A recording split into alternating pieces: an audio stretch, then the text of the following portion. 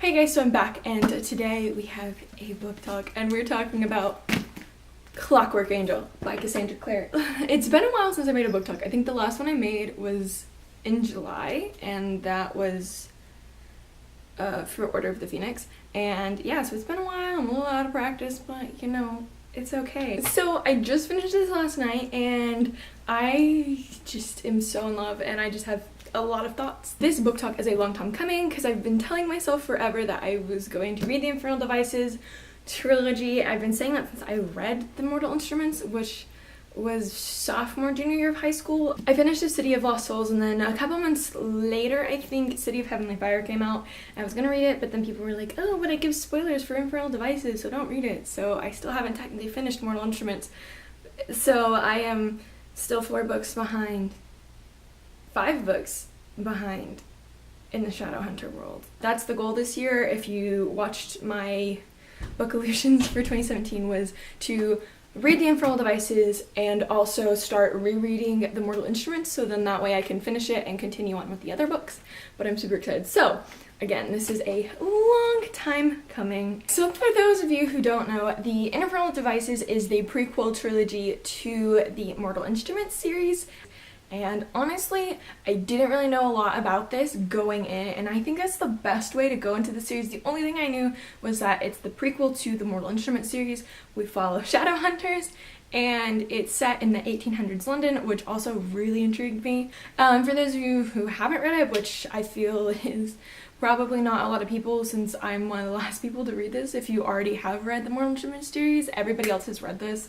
I can definitely see why a lot of people prefer Infernal Devices to the Mortal Instruments series. The writing is a lot better than the beginning books of the Mortal Instruments series, which again, I feel like Cassandra Clare is one of those authors who has really evolved as she has written more books, and I definitely love the writing style in this. For those who are just like not sure if they want to read this, I would definitely suggest it. It does give you some interesting background. You get to see some characters we know and love from the Mortal Instruments series, and it's a great time. And that's all I'm gonna say for this really non-spoilery section. And now we're gonna get into some spoils, so if you haven't read, then goodbye. Like, let me just say, this setting is amazing, and like I already stated a minute ago, Cassandra Clare's writing has gotten so much better from the beginning books of the Mortal Instruments series. It has been a couple years since I've read one of her books, but let me just tell you, it was so great being back in the Shadowhunter world. I forgot how much I missed it, and I loved getting to see it in the 1800 settings of London. It made me honestly feel like I was right there alongside Jem, Will, and Tessa, and it was just, I loved it. Like, I flew through this book. Like, it took me a week to read it, but that's because I've been reading it at night when I get home from work. But honestly, if like it was like break right now, I probably could have read this in a day or two. I absolutely love the setting. I love the writing. I honestly really love the characters.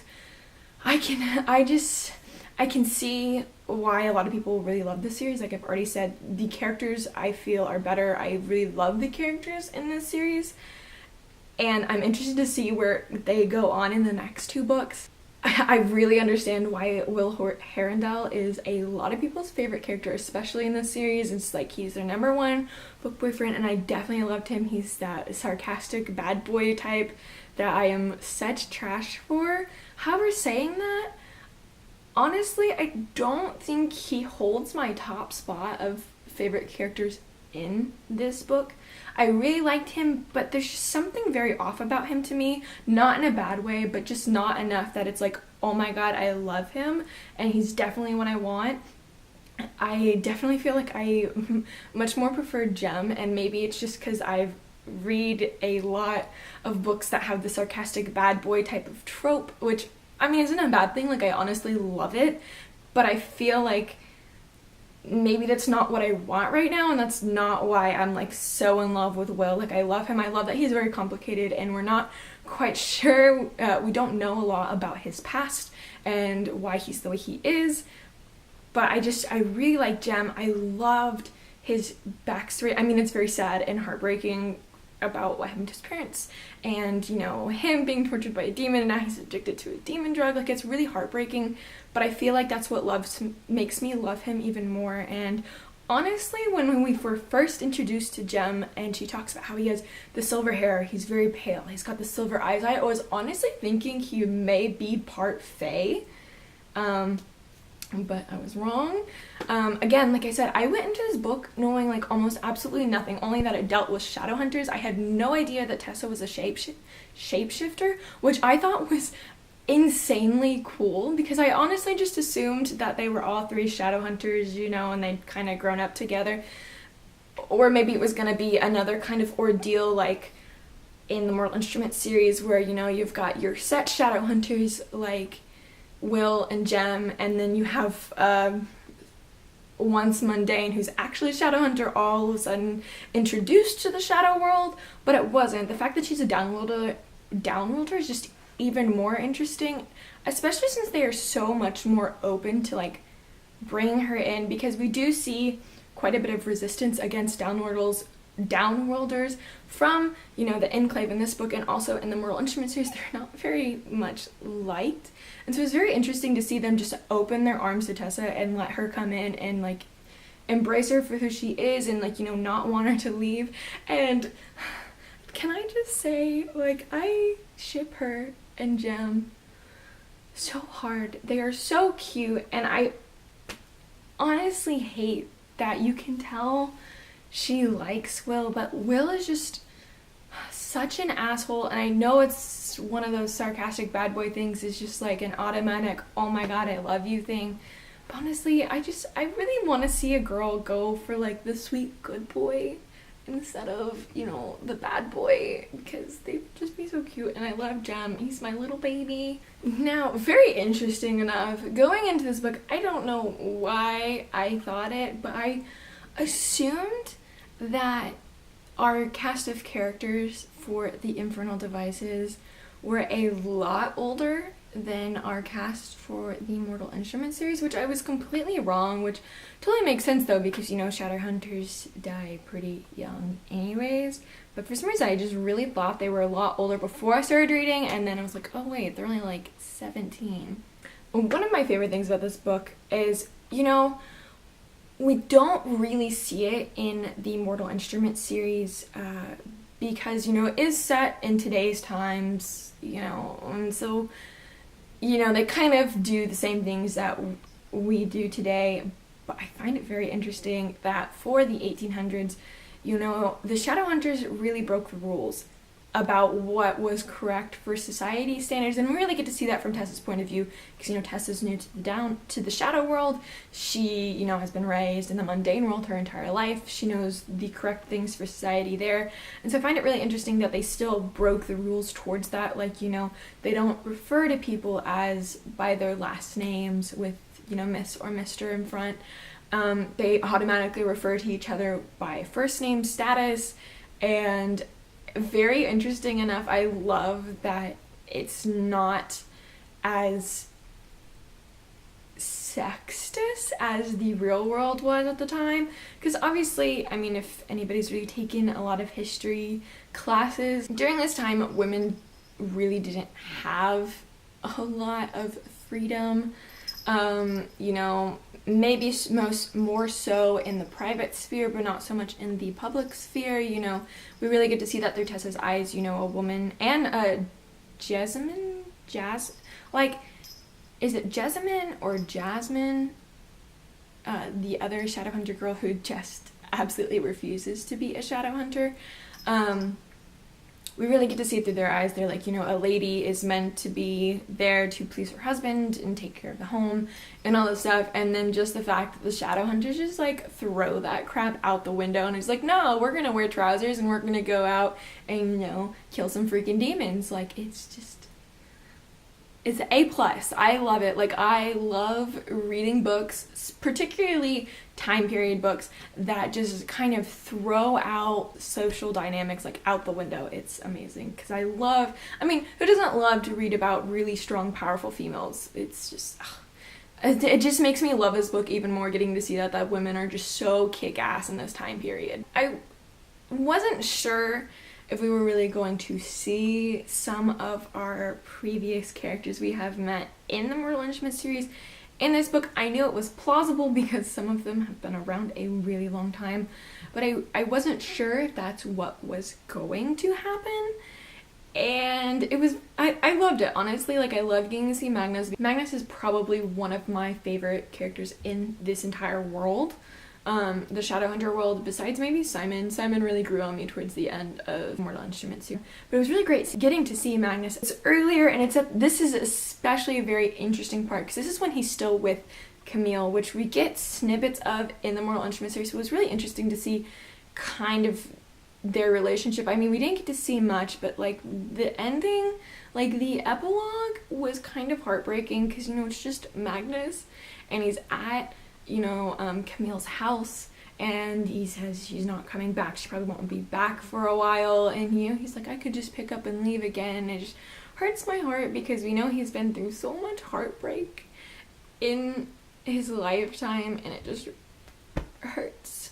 But, you know, we all know he gets to a better place, other than that she-witch vampire that nobody really likes. Which I find really interesting that she was working with the Clave, because just from what we get from the Mortal Instruments series, she's not a very likable character. She doesn't seem like she wants to help, but then again, it's one of those things, I guess, since she did get personal gain out of the actions of the Clave, that she was willing to help. Like, they killed her entire clan, and that's exactly what she wanted. So I guess the only reason she was doing it because she got something out of it. But there's a line in here when they've infiltrated De Quincey's house, and, you know, Tessa is posing as Camille, and Magnus is, you know, talking with her in Whale in the private room, and he says, black hair and blue eyes are my favorite combination. And just like, oh my god, so this is your type. Like, it's so interesting. I loved it, because you know, Will has black hair and blue eyes, and, you know, Alec has black hair and blue eyes, and I'm just like, we're already getting mentions of Malik, even though, you know, this is hundreds of years before Alec's even born. But I loved getting to see Magnus. I honestly wish we had seen more of him. We really don't get to see a lot, but maybe he will play more into the next two books. It was also interesting getting to see Church, the cat from the Mortal Instruments series, which is that cat, have they replaced it? Because that's a fucking old cat. Like, is it the same cat? Have they replaced the cat? Did they put a spell on the cat? Like, how is that cat still alive from like the 1800s to, like, you know, the 2000s? That's like over 2,000 years. Holy shit. Very interesting. So I wonder if this is gonna play more into it. And I think it's funny that Jem found the cat. Like, you know, you break into this a big bad warlock's house because she's supposed to be trying to work out the spell to, you know, bind demon energy to these mechanical creatures. And you break in, you obviously find out that's not what she's doing, but she's got this cat in a cage. You run her off, and you just decide, I'm gonna take this cat with me. Like, Jem, really? Like, is the cat the biggest priority right now? I mean, I love cats, I'm not gonna say anything. I've got my cat right here in my lap as I'm talking to you guys, but like, that would probably be one of the farthest things from my mind at that point. I would be like, oh fuck, we've been tricked. What do we do now? We left the institute unguarded, basically. So I'm interested to see if this cat is going to play into more in the other two books, because I honestly doubt that he's just a cat that randomly was able to live for 2,000 years. I feel like that might be even why I like Jem even more, because, I mean, I don't want to say I'm a cat person. I'm both a cat and a dog person. I've had both in my entire life, so like I love them both. But just the fact that he was like, oh, I'm gonna take this cat that's trapped in a cage and bring it home. Like, and obviously the cat really likes Jem. And I'm just like... So these automatrons that we are introduced to in this book are fucking creepy. Like, who would think to make that? Like, I mean, I know now, like, in today's times, we have, you know, robots that people are making to look very lifelike, and creating robots that can think for themselves, which is really creepy, because that's what he's trying to do in the book with these automatrons. And that's honestly terrifying, and now I'm scared that like that's gonna happen like in today's time. So I really hope we got some shadow hunters out there that are ready to kick some butt, because I can't deal with it. And obviously it sounds like it's going to be a big theme throughout the series, because all of the books are titled Clockwork and then something else. So obviously this is going to play more in throughout the other 2 books. But a lot of the bad guys we have seen within the Shadowhunter world, at least from the books that I have read, our bad guy is not necessarily mortal. You know, he's a demon, he's a Shadowhunter gone rogue, and all this stuff.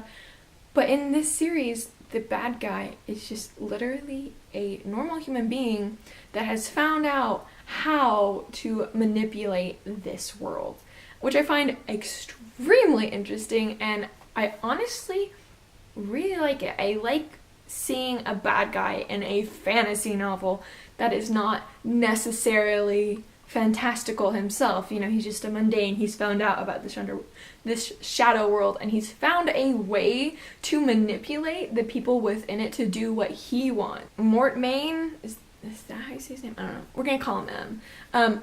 M has found a way to be at the top of this ladder of this downworlder human club, Pandemonium, which, very interesting enough, as soon as I read that, I was like, oh my god. It's just like in the Mortal Instruments series where, you know, when we first meet the Shadowhunters, it's that club Pandemonium. Oh my god. It was...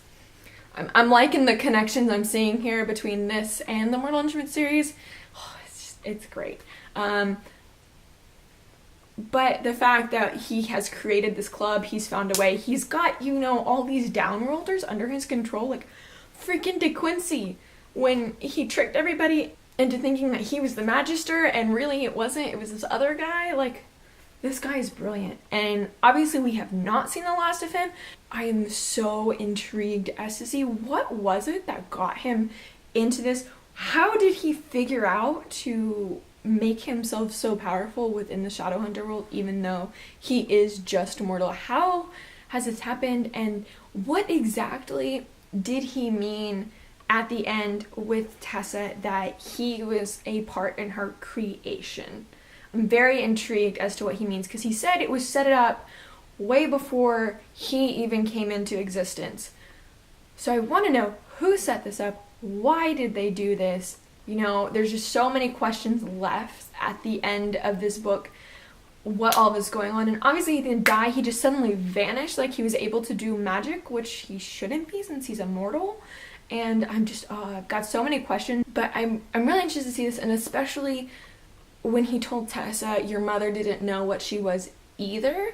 So I'm wondering, was Tessa's mother a type of downworlder as well? She just didn't know. Was she capable of these shape-shifting abilities? And it's very interesting that they keep calling her a warlock, but then they're also like, but you're not a warlock. You don't bear any of a telltale signs of a warlock.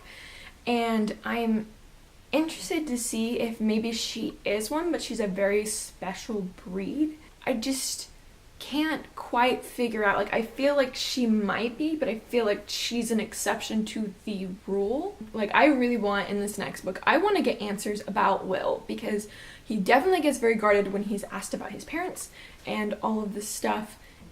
And especially with the end, Magnus has got to have something to do with it, because at the very end of the epilogue, Will shows up and he's like, I've got questions. And he's like, you're the only person I can talk to. And I'm like, okay, what has Magnus done? What's happened? I'm very intrigued. I want to know what happens next. And I'm super excited to see what's going down in the next book. Oh, this book was just amazing. It was a 5 out of 5 stars. Like, totally, no doubts about it. So that's it. Oh my god, I've been talking for like almost half an hour. That's it for my rambly thoughts on this. Let me know down below what you thought of the book. Did you like it? Do you prefer it to the Mortal Instruments series? I definitely prefer it to the Mortal Instruments series. But yeah, so until then, I will see you guys in my next video. Goodbye!